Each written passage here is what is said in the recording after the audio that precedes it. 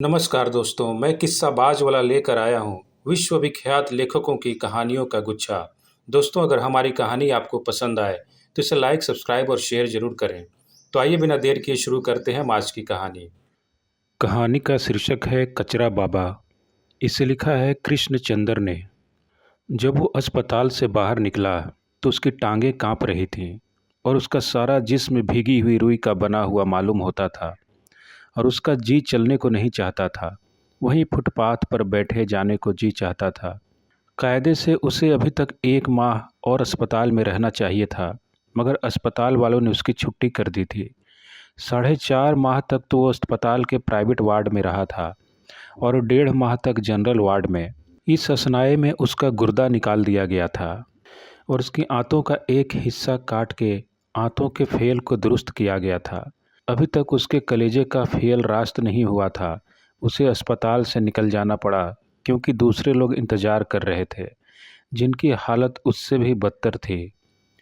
Doctor ने उसके हाथ में एक लंबा सा नुस्खा दे दिया और कहा, यह टॉनिक पियो और मुकवी गिज्जा खाओ, बिल्कुल तंदुरुस्त हो जाओगे। अब अस्पताल में रहने की कोई ज़रूरत नहीं है। मगर मुझसे चला ही नहीं जाता डॉक्टर साहब, उसने कमज़ोर आवाज़ में एहतिजाज किया।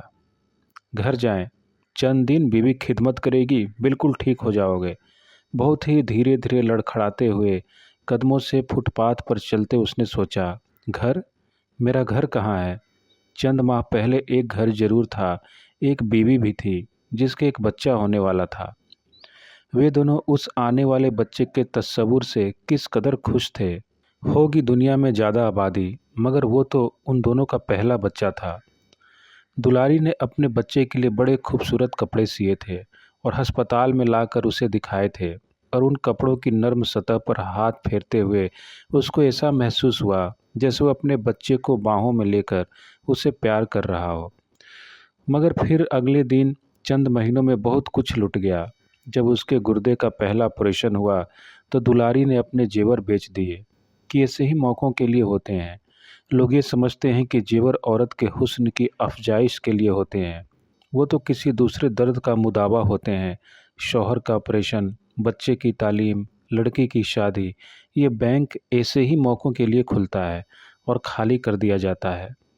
औरत तो उस जेवर की तहवीलदार होती है और ज़िंदगी में मुश्किल से 5-6 बार उसे इस जेवर को पहनने की तौफीक हासिल होती है।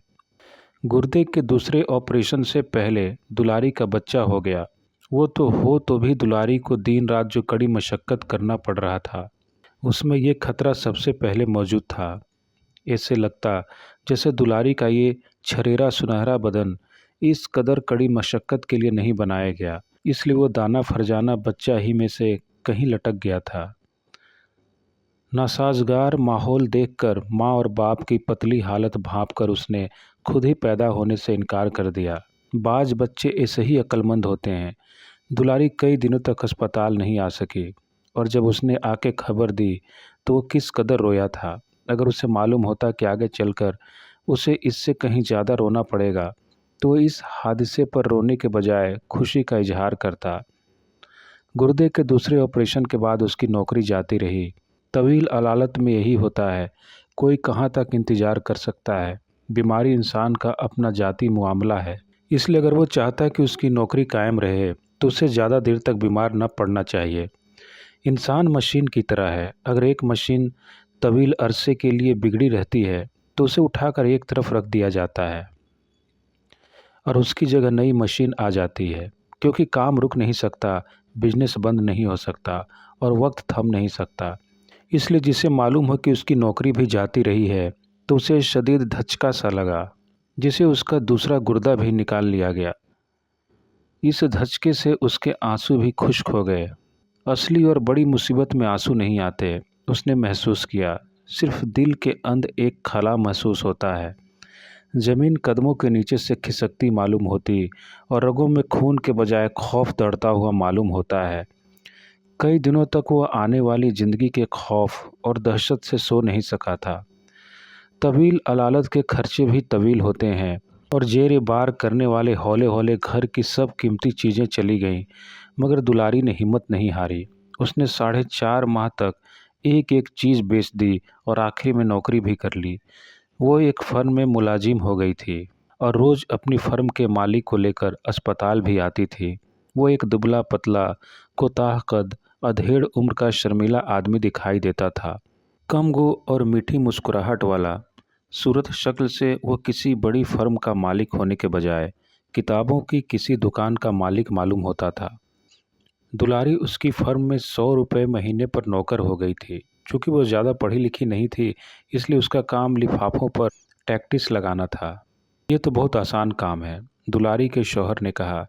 फर्म का बॉस बोला, काम तो आसान है, मगर जब दिन में 500-600 खतों पर टिकट्स लगानी पड़े तो इसी तरह का काम बहुत आसान काम के बजाय बहुत मुश्किल काम हो जाता है। और वो इस मंजिल से गुजर चुका था जिसका वो किसी को कसूरवार नहीं ठहरा सकता था। इतनी चोटें पै दर पै उस पर पड़ी थीं कि वो बिल्कुल बौखला गया, बिल्कुल सन्नाटे में आ गया। वो बातिल दम बखूर था। अब उसकी मुसीबत और तकलीफ़ में किसी तरह का कोई जज्बा या आंसू नहीं रह गया था। बार बार हथौड़े की जरबे खा खा कर उसका दिल धात के एक पतरे की तरह बेहिस हो गया। इसलिए आज जब उसे अस्पताल से निकाला गया तो उसने डॉक्टर को किसी जहनी तकलीफ़ को दूर करने की शिकायत नहीं की थी। उसने उससे ये नहीं कहा था कि अब वो इस अस्पताल से निकलकर कहाँ जाएगा। अब उसका कोई घर नहीं था, कोई बीवी नहीं थी, कोई बच्चा नहीं, कोई नौकरी नहीं। उसका दिल खाली था, उसकी जेब खाली थी और उसके सामने एक खाली और सपाट मुस्तकबिल था। मगर उसने ये सब कुछ नहीं कहा था। उसने सिर्फ ये कहा था, डॉक्टर साहब, मुझसे चला नहीं जा रहा है। बस यही एक हकीकत थी जो उसे उस वक्त याद थी। बाकी हर बात उसके दिल से महव हो सकती है। उस वक्त चलते चलते वो सिर्फ ये महसूस कर सकता था कि उसका जिस्म गीली रुई का बना हुआ है। उसकी रीढ़ की हड्डी किसी पुरानी शिकस्ता चरपाई की तरह चटक रही है। धूप बहुत तेज है, रोशनी नश्तर की तरह चुभती है।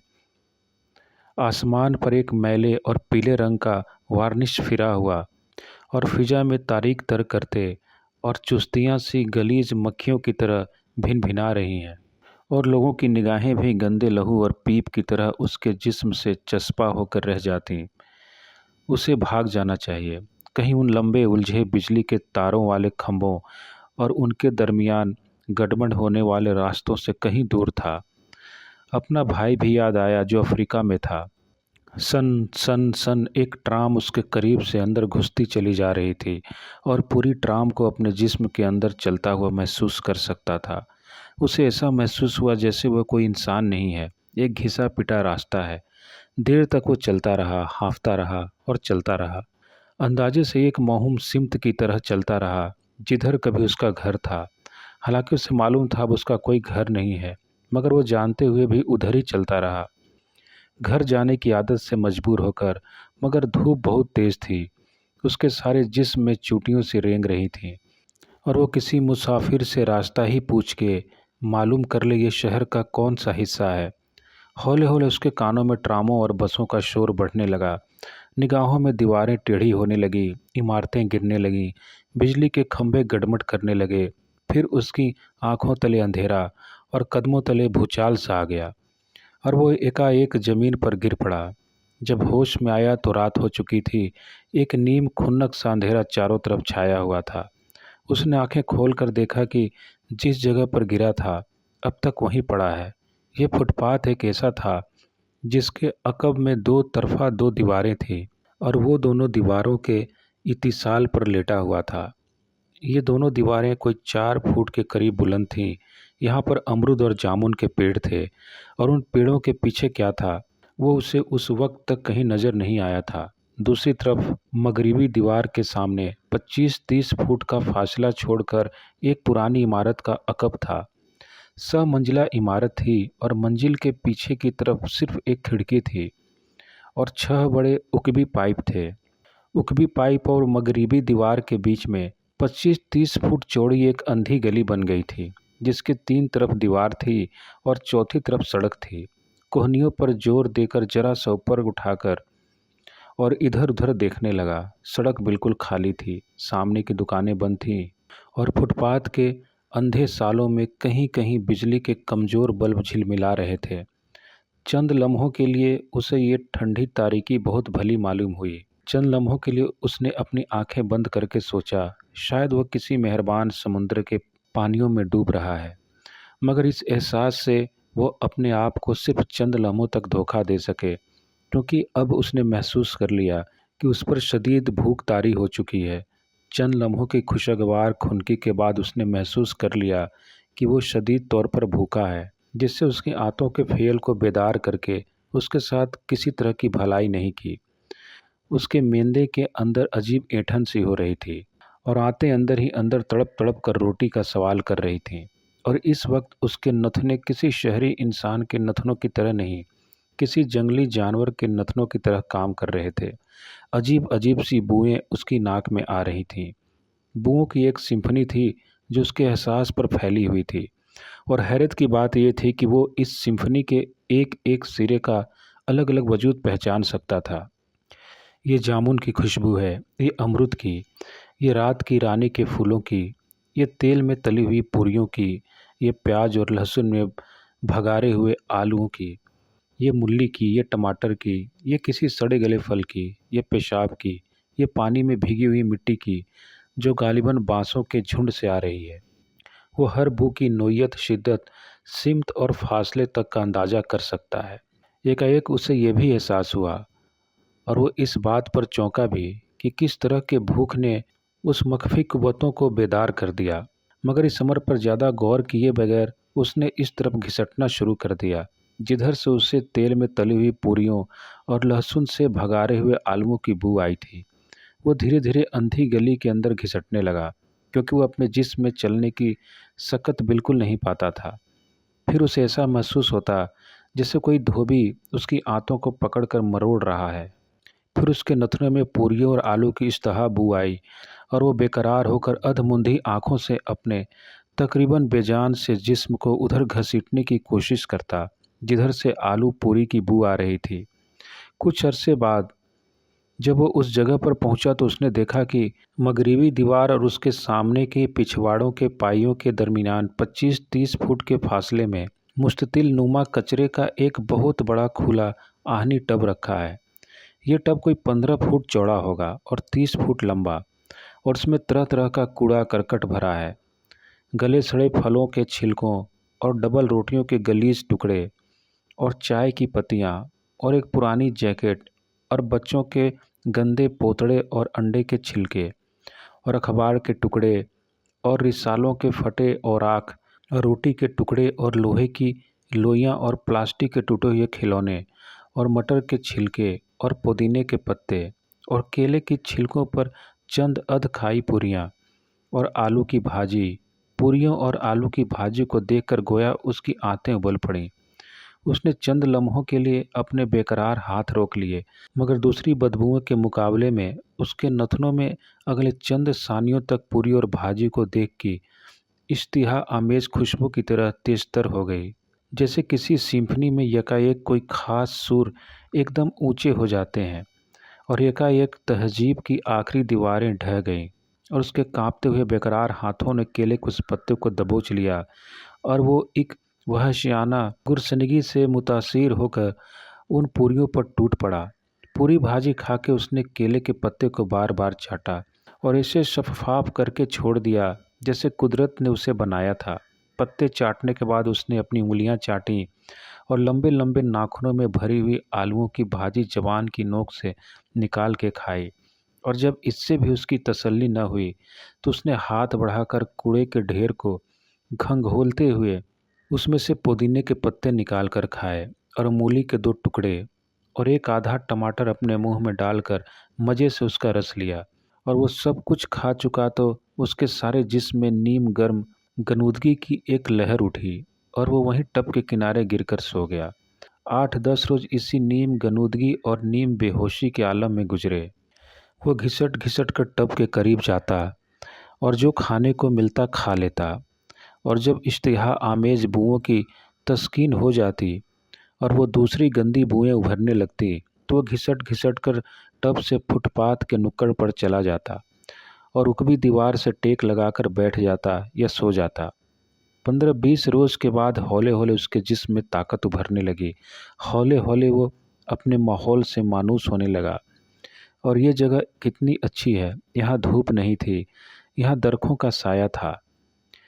अंधी गली सुनसान और वीरान थी। यहाँ यहाँ कोई नहीं आता था। कभी कभी उकबी इमारत से कोई खिड़की खुलती और कोई हाथ फैलाकर नीचे टब में रोज़मर्रा का कूड़ा फेंक देता था। ये कूड़ा जो उसका रोज़ी रस्सा था, उसके शबो रोज़ का राजिक था, उसकी ज़िंदगी का मुहाफिज था। दिन में सड़क चलती थी, दुकानें खुलती थीं, लोग घूमते थे, बच्चे अबाबीलों की तरह चहकते हुए सड़क से गुजर जाते थे, औरतें रंगीन पतंगों की तरह डोलती हुई गुजर जाती थीं। लेकिन ये एक दूसरी दुनिया थी। इस दुनिया में उसका कोई इलाका न था। इस दुनिया में अब उसका कोई न था और वो उसके लिए मौहूम साये बन गए। और उससे बाहर मैदान और खेत और खुला आसमान, एक बेमानी तस्वुर, घर, काम काज, जिंदगी, समाज, जदोजहद, बेमानी अल्फाज जो गल सड़कर इस कूड़े कचरे के ढेर में मिलकर गतर बूद हो गए। इस दुनिया से उसने मुंह मोड़ लिया था और अब यही उसकी दुनिया थी, 15 फुट लंबी और 30 फुट चौड़ी। माह वो साल गुजरते गए और इस नुक्कड़ पर बैठा बैठा एक पुराने ठूंठ की तरह और किसी पुरानी यादगार की तरह सबकी नज़रों में मानूस होता चला गया। वो किसी से बात नहीं करता था, किसी को फैज़ नहीं पहुंचाता था, किसी से भीख नहीं मांगता था। लेकिन अगर वो किसी दिन वहाँ से उठकर चला जाता तो इस इलाके के हर फर्द को इस अमर पर हैरत होती और शायद किसी कदर तकलीफ भी होती। सब लोग उसे कचरा बाबा कहते थे, क्योंकि ये सबको मालूम था कि वो सिर्फ कचरे के टब में से अपनी खुराक निकाल कर खाता है और जिस दिन उसे वहाँ से कुछ न मिलता वो भूखा ही सो जाता। बरसों से राहगीर और ईरानी रेस्तरां वाले उसकी आदत को पहचान गए थे और अक्सर इमारत की उकबी खिड़कियों से अब कूड़े के अलावा खुर्दा नोश की दूसरी चीज़ें भी फेंकी जाती। सही वो सालिम पूरियाँ और बहुत सी भाजी और गोश्त के टुकड़े और अध चूसे आम और चटनी और कबाब के टुकड़े और खीर में लिथड़े हुए पत्तल। नाबनोश की हर नियमत कचरा बाबा को इस टब में से मिल जाती हैं। कभी कभी कोई फटा हुआ पजामा, कोई धुली हुई निकर, कोई तार तार शिकस्ता कमीज, प्लास्टिक का ग्लास। ये कचरे का टब क्या था? उसके लिए एक खुला बाजार था, जहां वो दिन दहाड़े सबकी आंखों के सामने मटर गश्त किया करता था। जिस दुकान से जो सौदा चाहता मुफ्त ले लेता था। वो इस बाजार का, इस नेमत गैर मुर्तकबा का वाहिद मालिक था। शुरू शुरू में चंद बिल्लियों और खारिश जदा कुत्तों ने शदीद मुजाहमत की थी, मगर उसने मार मार के सबको बाहर निकाल दिया और इस कचरे के टब का वाहिद मालिक था और उसके हक को सबने तस्लीम कर लिया था। महीने में एक बार म्यूनसिपलिटी वाले आते हैं और उस टब को खाली करके चले जाते थे और कचरा बाबा उनसे किसी तरह की मुजाहमत नहीं करता था, क्योंकि उसे मालूम था कि दूसरे दिन टब पर फिर उसी तरह भरना शुरू हो जाएगा। और उसको एतिकाद था कि इस दुनिया से नेकी ख़त्म हो सकती है लेकिन गलाजत ख़त्म नहीं हो सकती। रिफाकत ख़त्म हो सकती है लेकिन गजालत और गंदगी कभी ख़त्म नहीं हो सकती। सारी दुनिया से मुंह तोड़कर उसने जीने का आखिरी तरीका सीख लिया था, मगर ये बात नहीं है कि उसे बाहर की दुनिया की खबर न थी। जब शहर में चीनी महंगी हो जाती तो महीनों कचरे के टब में मिठाई के टुकड़े की सूरत नज़र नहीं आती। जब गंदुम महंगी हो जाती तो डबल रोटी का एक टुकड़ा तक न मिलता। जब सिगरेट महंगे होते तो सिगरेट के जले हुए टुकड़े इतने छोटे मिलते कि उन्हें सुलगा कर पिया भी नहीं जा सकता। जब भंगियों ने हड़ताल की थी तो महीने तक उसके टब की किसी ने सफाई नहीं की थी और किसी रोज़ उसको टब में इतना गोश्त नहीं मिलता था जितना बकरीद के रोज़, और दिवाली के दिन तो टब के मुख्तलिफ कोनों से मिठाई के बहुत से टुकड़े मिल जाते थे। बाहर की दुनिया का कोई हादिसा या वाक़या ऐसा न था जिसका सुराग वो कचरे के टब से दरियाफ्त न कर सकता था। दूसरी जंग अजीम से लेकर औरतों के खुफिया अमराज तक, मगर बाहर की दुनिया से अब उसे किसी तरह की कोई दिलचस्पी न रही। 25 साल तक वो इस कचरे के टब के किनारे बैठा बैठा अपनी उम्र गुजार रहा था। शब व रोज़, माह व साल उसके सर से हवा की लहरों की तरह गुजरते हुए और उसके सर के बाल सूख सूख कर रबड़ के शाखों की तरह लटकने लगे। उसकी काली दाढ़ी खिचड़ी हो गई, उसके जिस्म का रंग मलगजा मटमैला और सब्जी माइल होता गया। वो अपने मजबूत बालों और फटे चिथड़ों और बदबूदार जिस्म से राह चलते लोगों को खुद भी कचरे का एक ढेर दिखाई देता था, जो कभी कभी हरकत करता था और बोलता था। किसी दूसरे से नहीं, सिर्फ अपने आप से ज़्यादा कचरे के टब से। कचरा बाबा उन लोगों से कुछ कहता नहीं था, मगर उनकी हैरत को देखकर दिल में ज़रूर सोचता होगा कि इस दुनिया में कौन है जो किसी दूसरे से गुफ्तगू करता है। इस दुनिया में जितनी गुफ्तगू होती है, इंसानों के दरमियान नहीं होती, बल्कि सिर्फ अपनी जाति और उसकी किसी गरज के दरमियान होती है। दूसरे के दरमियान जो भी गुफ्तगू होती है, वो दरअसल एक तरह की खुद कलामी होती है। ये दुनिया एक बहुत बड़ा कचरे का ढेर है, जिसमें हर शख्स अपनी गरज का कोई टुकड़ा, फ़ायदे का कोई टुकड़ा, फ़ायदे का कोई छिलका या मुनाफा का कोई चिथड़ा दबोचने के लिए हर वक्त तैयार रहता है। और कहता होगा, ये लोग जो मुझे फ़कीर और जलील समझते हैं, ज़रा अपनी रूह के पिछवाड़े में तो झांक कर देखें। वहाँ इतनी गलाजत भरी है कि जिसे सिर्फ मौत का फरिश्ता ही उठा कर ले जाएगा। इसी तरह दिन पर दिन गुजरते गए। मुल्क आज़ाद हुए, मुल्क गुलाम हुए, हुकूमतें आईं, हुकूमतें चली गईं, मगर एक कचरे का टब वहीं रहा और उसके किनारे बैठने वाला कचरा बाबा उसी तरह नीम गनूदगी में, बेहोशी के आलम में दुनिया से मुंह मोड़े हुए जेर लब कुछ बुदबुदाता रहा, कचरे के टब को घंघोलता रहा। तब एक रात अंधी गली में जब वो टब से चंद फुट के फासले पर दीवार से पीठ लगाए अपने फटे चिथड़ों में दुबका सो रहा था, उसने रात के सन्नाटे में एक खौफनाक चीख सुनी और वो हड़बड़ा कर नींद से जागा। फिर उसने एक जोर की तेज चीख सुनी और घबरा कर कचरे के टब की तरफ भागा, जिधर से ये चीखें सुनाई दे रही थीं। कचरे के टब के पास जाकर उसने टटोला तो उसका हाथ किसी नर्म नर्म लोथड़े से जा टकराया और फिर एक जोर की चीख बुलंद हुई।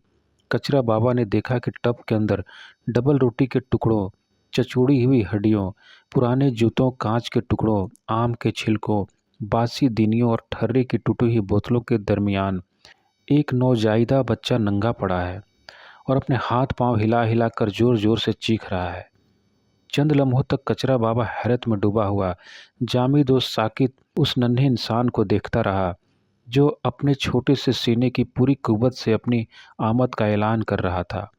चंद लम्हों तक वो चुपचाप, परेशान, फटी फटी आंखों से इस मंजर को देखता रहा। फिर उसने तेजी से उसके आगे झुककर कचरे के टब से उस बच्चे को उठा लिया और अपने सीने से लगा लिया, मगर बच्चा उसकी गोद में जाकर भी किसी तरह चुप न रहा। वो इस जिंदगी में नया नया आया था और बिलक बिलक कर अपनी भूख का ऐलान कर रहा था। अभी उसे मालूम न था कि गरीबी क्या होती है, ममता किस तरह बुज़दिल हो जाती है, कि ज़िंदगी कैसे हराम बन जाती है, वो किस तरह मलबे, पैकेट और गलीज बनाकर कचरे के टब में डाल दी जाती है। अभी उसे सब कुछ मालूम न था। अभी वो सिर्फ भूखा था और रो रो कर अपने पेट पर हाथ मार रहा था। कचरा बाबा की समझ में कुछ न आया कि वो कैसे इस बच्चे को चुप कराए। उसके पास कुछ न था, न दूध न चुस्नी, उसे तो कोई लोरी भी याद नहीं थी। वो बेकरार होकर बच्चे को गोद में लेकर देखने लगा और थपथपाने लगा और गहरी नींद से रात के अंधेरे में चारों तरफ देखने लगा कि इस वक्त बच्चे के लिए दूध कहाँ से मिल सकता है। लेकिन जब उसकी समझ में कुछ नहीं आया तो उसने जल्दी से कचरे के टब से आम की एक गुठली निकाली और इसका दूसरा सिरा बच्चे के मुंह में दे दिया। अध खाई हुई आम का मीठा मीठा रस जब बच्चे के मुंह में जाने लगा तो वो रोता रोता चुप हो गया और चुप होते होते कचरा बाबा की बाहों में सो गया। आम की गुठली खिसक कर ज़मीन पर जा गिरी और अब बच्चा उसकी बाहों में बेखबर सो रहा था।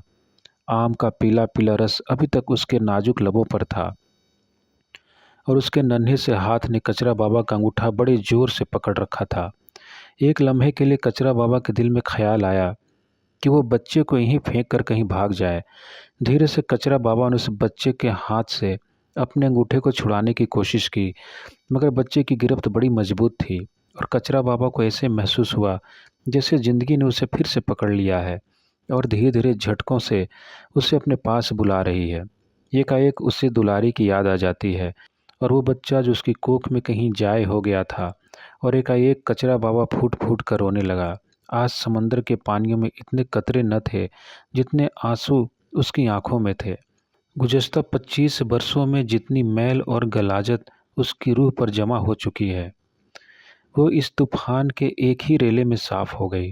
रात भर कचरा बाबा उस नौजायदा बच्चे को अपनी गोद में लिए बेचैन और बेकरार होकर फुटपाथ पर टहलता रहा। और जब सुबह हुई और सूरज निकला तो लोगों ने देखा कि कचरा बाबा आज कचरे के टब के पास नहीं है, बल्कि सड़क पार कर नई तामीर होने वाली इमारत के नीचे खड़ा होकर ईंटें ढो रहा है। और उस इमारत के करीब गुलमोहर के एक पेड़ की छांव में एक फूलदार कपड़े में लिपटा एक नन्हा बच्चा मुंह में दूध की चूसनी लिए मुस्कुरा रहा है। धन्यवाद।